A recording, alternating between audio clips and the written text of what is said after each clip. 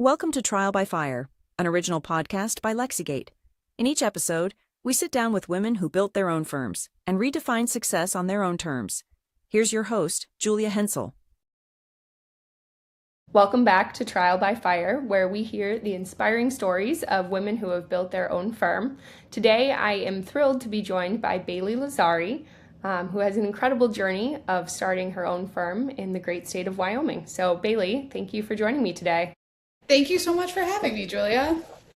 I'm so excited to hear your story today. I would love just to kick off to hear a little bit more about what drew you to the field of law in the first place. Before even opening your own firm, what made you interested in law as a career path? Yeah, so my dad was actually an attorney. He was a divorce attorney in Chicago for 30, 40 years.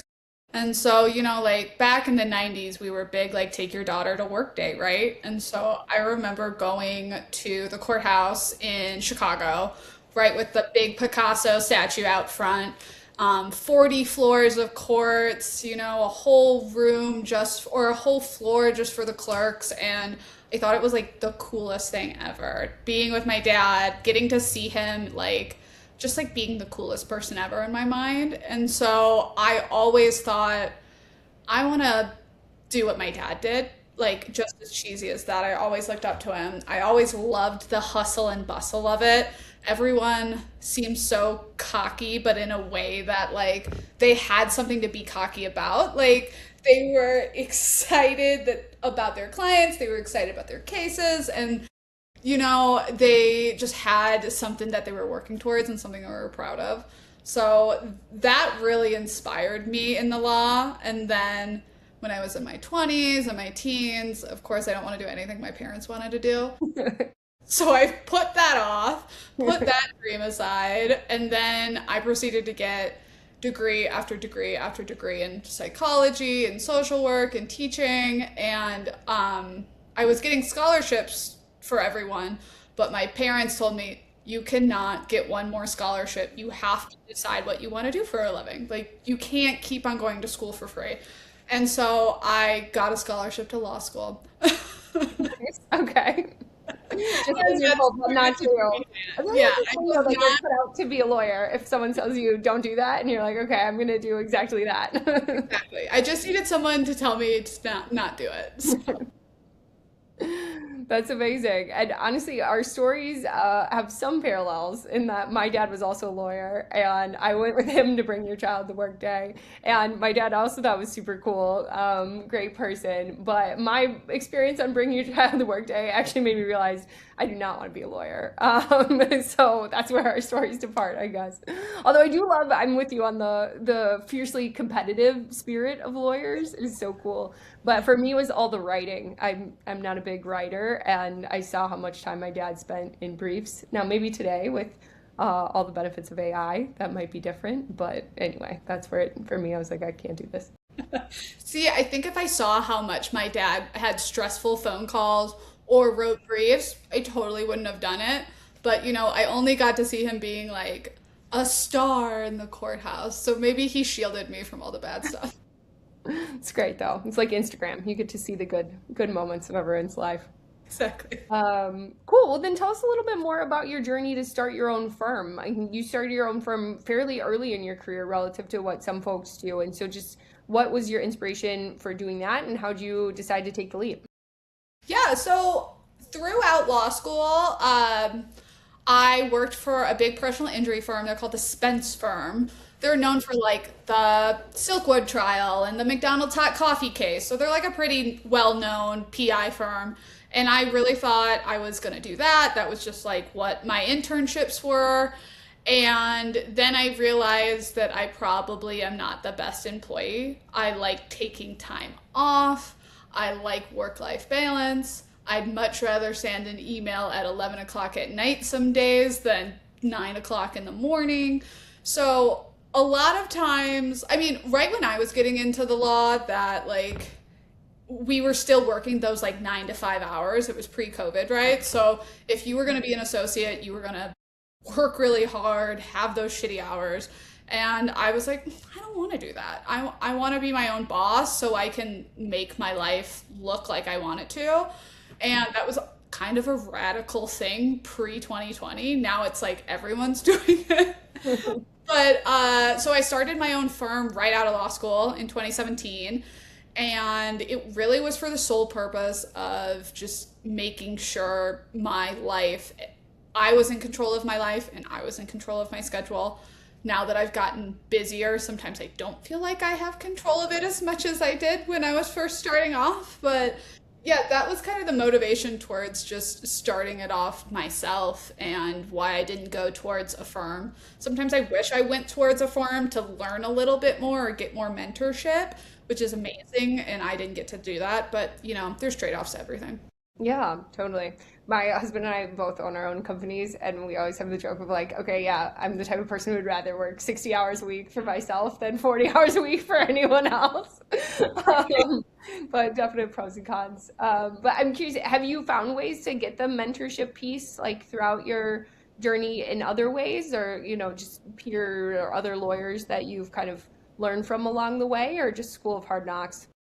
At the beginning, it was School of Hard Knocks. I Mm, think I was too shy and not mm, confident enough to ask for help because it's scary to say, I don't know this. mhm. But nowadays, I feel like I have so many mentors, and I think a lot of them, or most of those mentors, are my friends. And I'm just so more comfortable and confident in myself and my own abilities to be like, I don't get this, or I've never done this before. And so, like, I always try to encourage my staff or people that I see just starting out of, no one's going to judge you if you don't know what you're doing because we all know you don't know what you're doing. So, Totally. It's like actually a sign of confidence that you're willing to ask for help. Absolutely. exactly.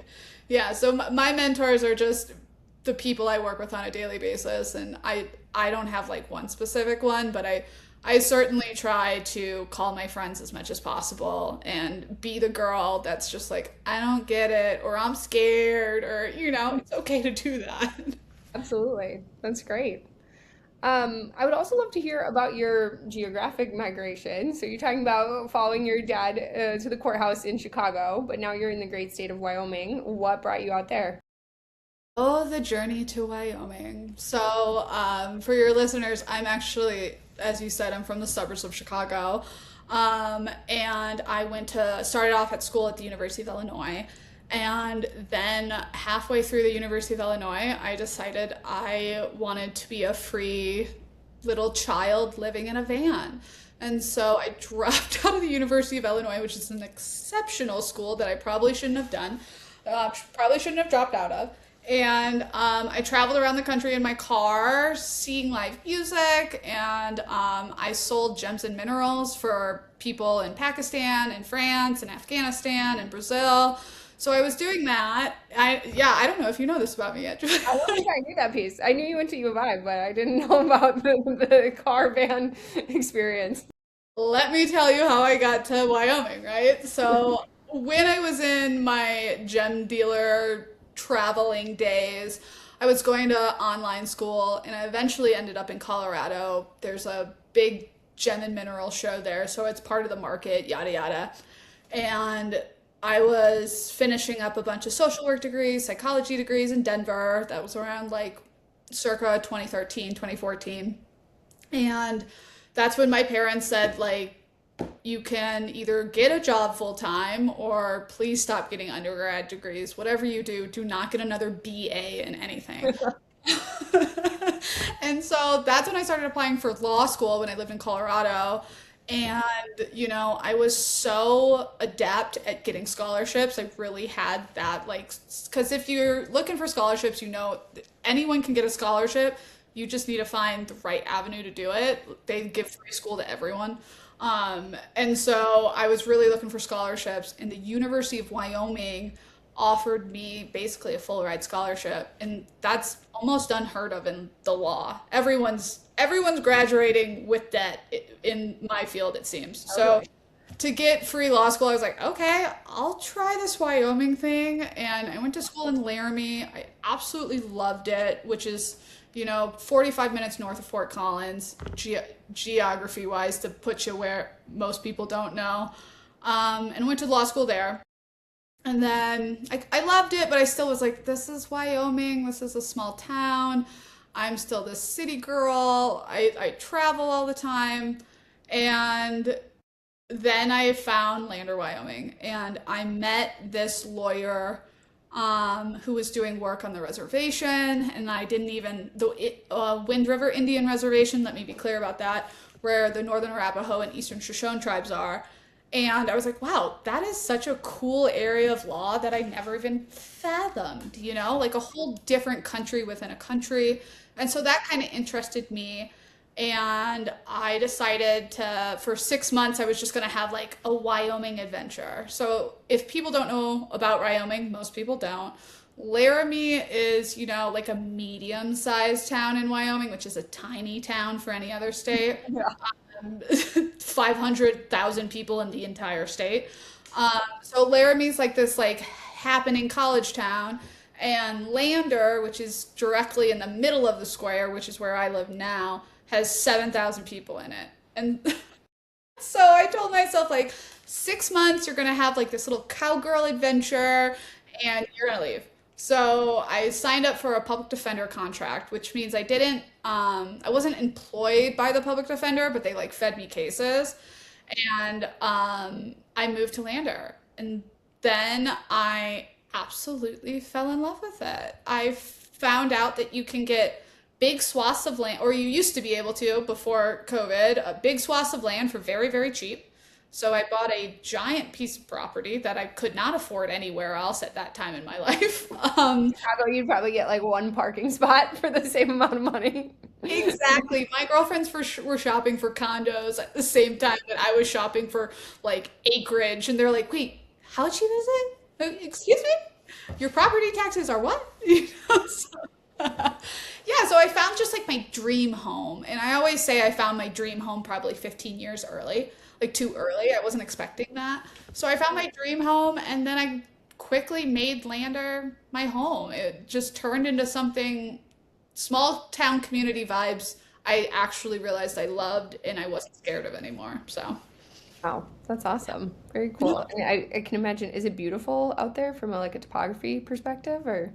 it's gorgeous. So we're on the base of the Wind River Mountains. There was actually a movie with Daniel Craig like 10 years ago. It's called The Wind River, and they like show you actually Lander. It's beautiful. I live on 40 acres next to a national forest on the base of a mountain range. So there's elk, there's wolves, there's antelope in my yard. And I can see the Milky Way from my bedroom window. So it doesn't get prettier than that. That's amazing. Yeah, Yeah. I mean, being in downtown Chicago, I'm like, I can't even imagine what 40 acres feels like. But like, is that the whole city? But anyway, It's a lot. It's a lot. Sometimes I'm like, I haven't walked that part of my property in a while. I should see what's happening over there. yeah, just go check in. Exactly. That's great. Yeah. Very cool. Cool. Well, earlier you mentioned as you were starting off on your own, you kind of had to learn from the school of hard knocks. So I'm curious, what were some of the most challenging moments early on, or some of the lessons you learned early in your journey?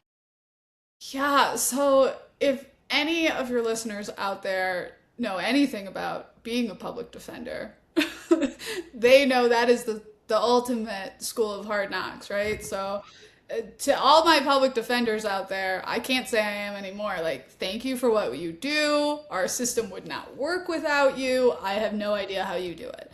So, when I was at the public defender's office, or at least had a contract, I was supposed to be 75% time, but there were times that I would have 120 cases. Oh And my this is gosh.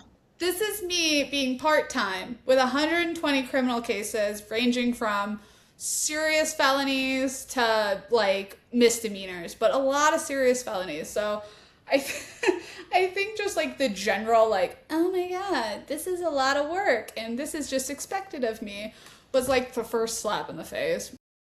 But like I had some crazy trials starting off. My first trial ever was 13 counts of aggravated assault and a battery on police officers. And the police officers had like surrounded my client's home, and then my client and them basically had a shootout. And that Oh, was my first trial I had ever had. wow. Okay.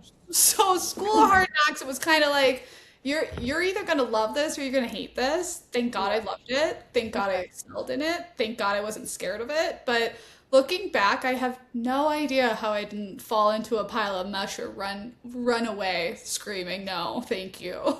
Wow. Oh my gosh. We're calling this podcast Trial by Fire, and I feel like you are the personification of that because I don't know anything worse than 120 cases at once. And also it's not like, oh, nice to have cases of like, oh, wouldn't it be nice if we got this for the client because, they're really at risk of, many times, many years in jail that would be awaiting them and other things. And so, wow, that's a lot to handle.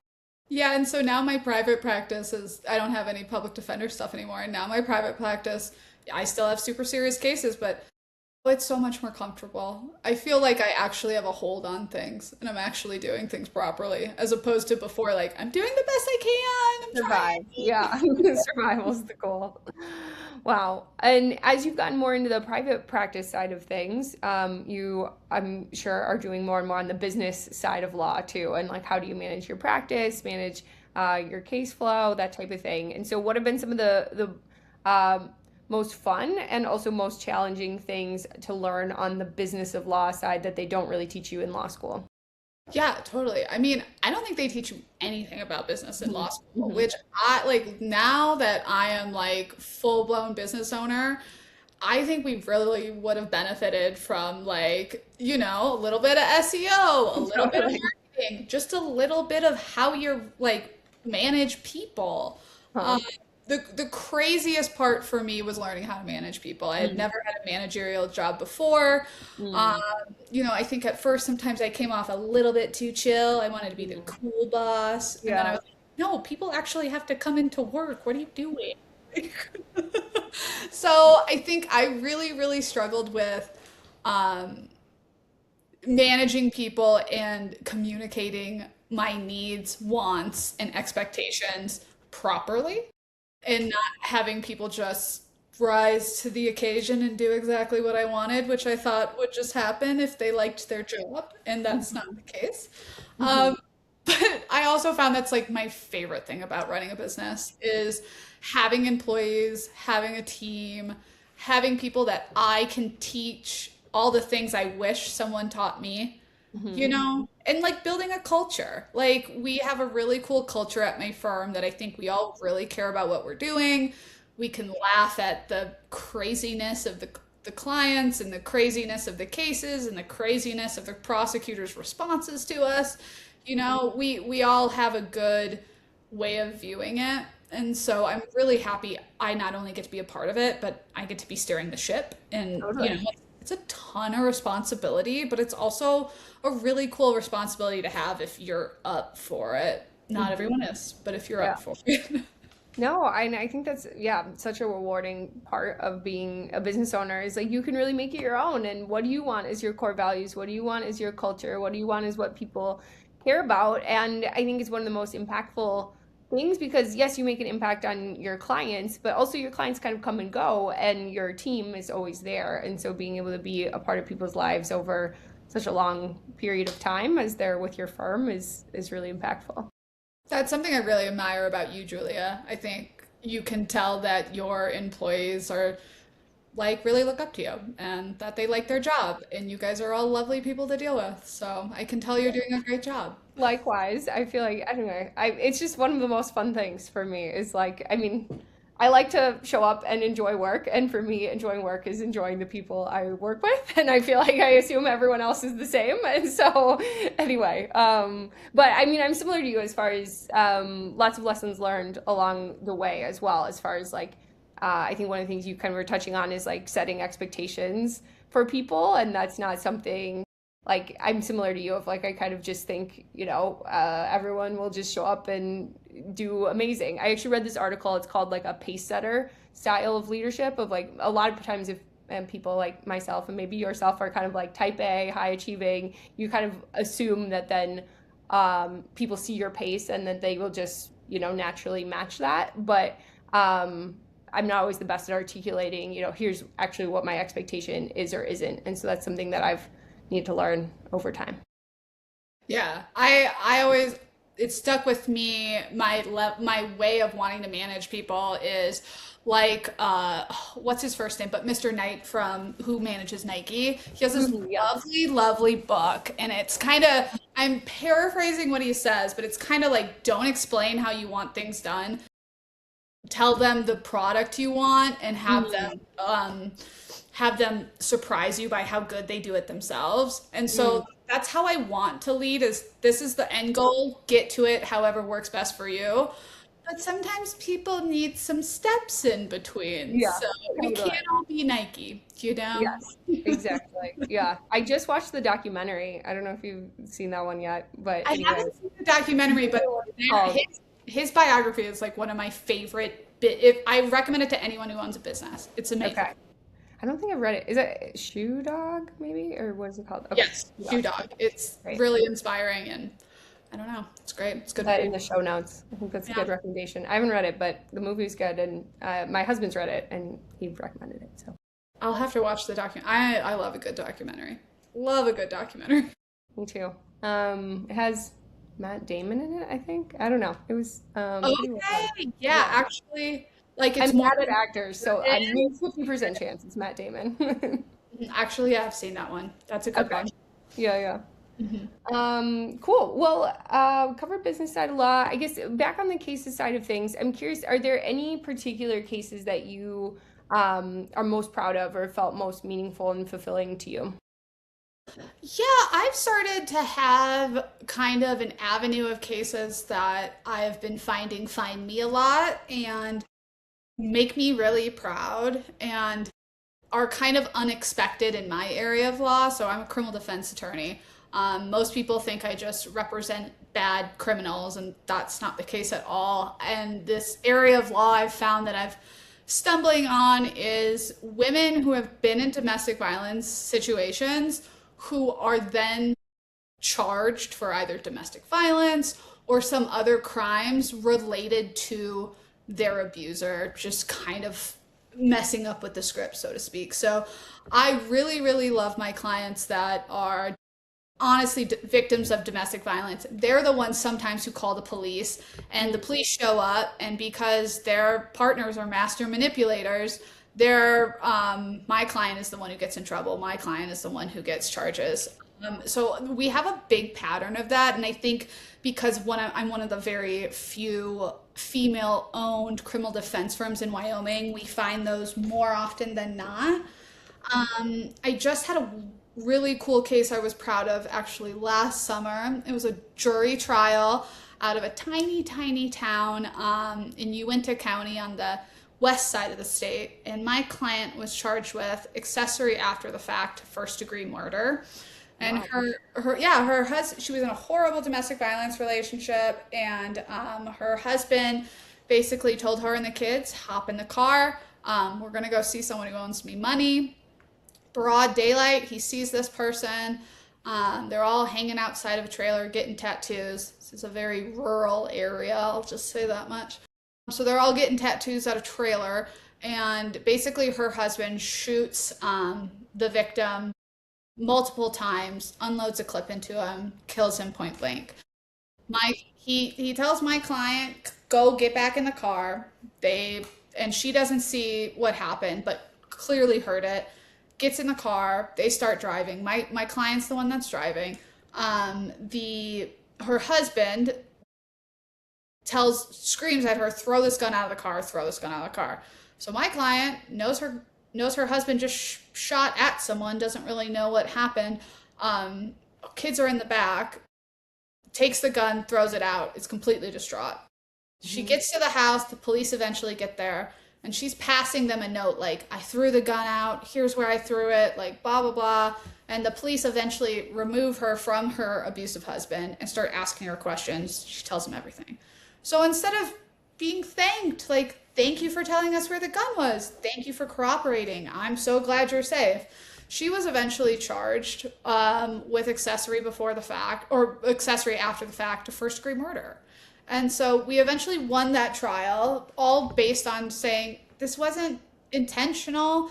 She didn't want to help him, but she is just a survivor that has to listen to him on a daily basis. So Yeah. cases like that are cases that find me, I think, just because I'm a woman in this field. And it makes me really proud to, just remind people that not every case and not every situation is black and white. Everyone has a story, even when they're guilty. Everyone has a story for why they did it. And, not everyone is this bad criminal defendant that you think. Totally. Yeah. Wow. That is a crazy story. And I think, yeah, really underscores how important it is that there are great women criminal defense lawyers out there that people can trust, right? Because I think many people who are women who are just in a scary, abusive relationship might not be comfortable opening up to a male counsel in the same way. And so I think it's really cool that they've found you. I'm happy they find me too. I hope more and more of them find me because, I think a good attorney, it changes everything. It changes not just your case and the trajectory of your case, but it changes how you think of the court system and how Yeah. you think of the journey of just being a client. I see some people who come to my office saying, oh, I had an attorney before you and I haven't gotten a call from them in months. And, I try to really be a very supportive lane for my clients and kind of Yeah. just like, be their journeyman throughout the whole process, not just when they need me the most. Absolutely. I mean, they're all navigating something extremely traumatic and a very complicated process to boot. And so, anyway, I can imagine part of your support is legal, but part of it is emotional, probably even bordering on a therapy for the clients throughout the journey. They don't call us counselors for nothing. Yeah. Like, I swear, Look, some all days, your MA degrees are, your BA degrees are going to good use here, Mom. exactly, that social work degree, Mom, I got it. So I think I use it some days than my law degree, to be honest with you. So. Probably. Probably. Oh man, that's funny. Cool. Well, tell us a little bit about life outside of work. Specifically, I'm curious if you had anything that you're like, man, if law was not a profession, do you have like a hobby or anything else that you wish you could make a living from? I always joke, and this is like actually a great thing to share on this podcast if it's all about women business owners. I always joke I would be the best stay-at-home girlfriend in the world. Not because I don't want to work, but because I'm obsessed with cooking. I'm obsessed with gardening. I'm obsessed with making my house look pretty. I really like just like nesting in general, Uh-huh. making my surroundings like the most comfortable for me and my family. And I read cookbooks like no other's business. So yeah, I mean, if someone wants to give me a trust fund and let me be a stay-at-home wife, that would be great.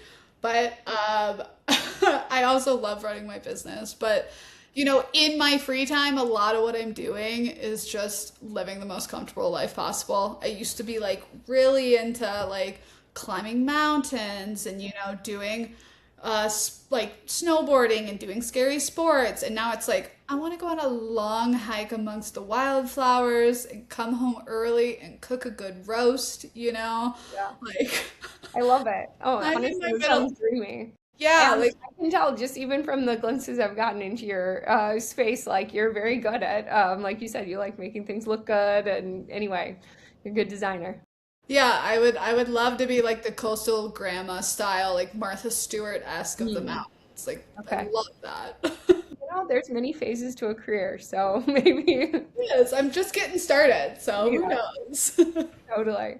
Well, maybe that's a good segue. So, imagining you stay in the legal profession and don't go with your stay-at-home wife, girlfriend career, what do you hope the business looks like 10 years from now? Any like goals or dreams or hopes?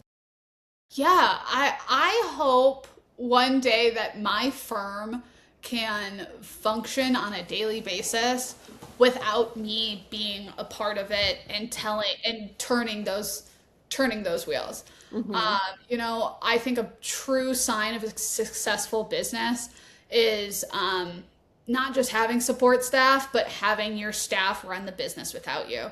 And you just having to like maybe check in every now and then. I think I always want to handle cases. I think I always want to do that.